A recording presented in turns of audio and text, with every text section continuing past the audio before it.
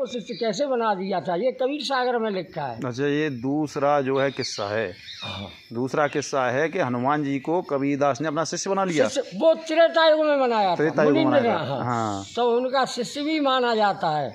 जब जो आत्मज्ञान है, वो आत्मज्ञान को नहीं जानते थे। अच्छा। भक्ति मार्ग को नहीं जानते थे। अच्छा। हाँ, जैसे जीवन मरण से मुक्त होने का, जैसे कभी हम लख 84 कतमहीना कोट कपल कल्प युग चार गए, नाक में दम आ गया हमारी, हम मरते मरते हार गए। कभी यहाँ पे मरे और फिर जन्म लिया, कभी मनुष्य का जन्म मिला और कभी भटक गए मनुष्य के सिद्धांतों से, मानव धर्म से हम विचलित हो गए। तो हमें और ये 84 लाख योनि बताते, उन्होंने भी भ्रमण किया था। नहीं, मैं सोचता हूँ कि जैसे हम कबीरदास की जो पुस्तकों में आते हैं लेख वगैरह, तो उनका जो कहना है मैं समझता हूँ प्रैक्टिकली है, इतना भी है। हाँ, प्रैक्टिकली का मतलब जैसे कि उन्होंने, जैसे मैंने पढ़ा है कि कबीरा खड़ा बाजार में लिए लकुटिया हाथ, और जो अगर फूके आप ना वो चले हमारे साथ तो अपने घर को छोड़ दे, बिल्कुल बर्बाद कर दे, फक्कड़ हो जाए, चेता हमारे संग हमसे दोस्ती कर ले, हमारे साथ चलो। और ऐसा नहीं कर सके, क्योंकि धर्मदास जी मुख्य शिष्य बने तो उस जमाने में उनकी 56 करोड़ की संपत्ति थी। अच्छा। और वो सब गरीबों में लुटाने के बाद उनको शिष्य किया था। अच्छा। बिल्कुल फक्कड़ हो गए थे। इसका किस्सा है कबीर सागर में। अगर कबीर सागर के ग्रंथों, उसमें 11 भाग हैं, उनको पढ़ें तो आपकी समझ में आएगा कि कबीर क्या शक्ति थी। अच्छा।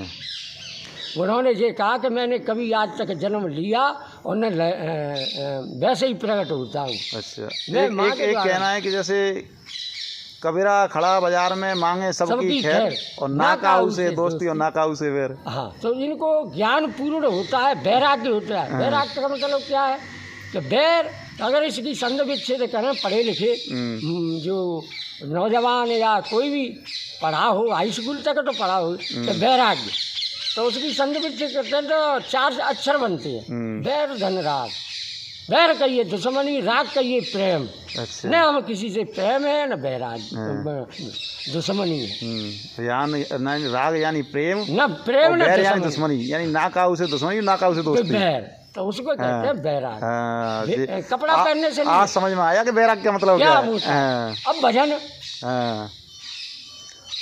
यानी भगवान का जो जन लोग हैं, मनुष्य नहीं, उसका भी कबीर के ध्यान में, कबीर मार्ग में हर एक अक्षर का खंडन होता है। अच्छा। और खंडन का मनन होता है, मंडन होता है। मंडन कहिए कि उसके संग विच्छेद करो, उसके अर्थ समझो और अर्थ समझ के उस पर चलो।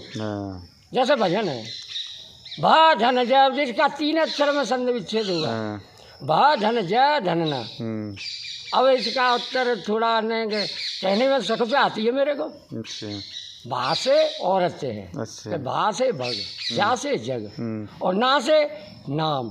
तुम पैसे वाले हैं, धनवान हैं और अच्छे परिवार में साधन संपन्न है, नाम को मिटना पड़ेगा। अच्छा। और जग का, जा से कहिए जग, संसार को छोड़ना पड़ेगा। अच्छा। हमारे लिए तो जैसे अपने घर छोड़ दिया और बाहर गए, तो हमारा तो घर पूरा संसार है, सभी हमारे हैं और हम सबके हैं, और नहीं कोई हमारा नहीं है।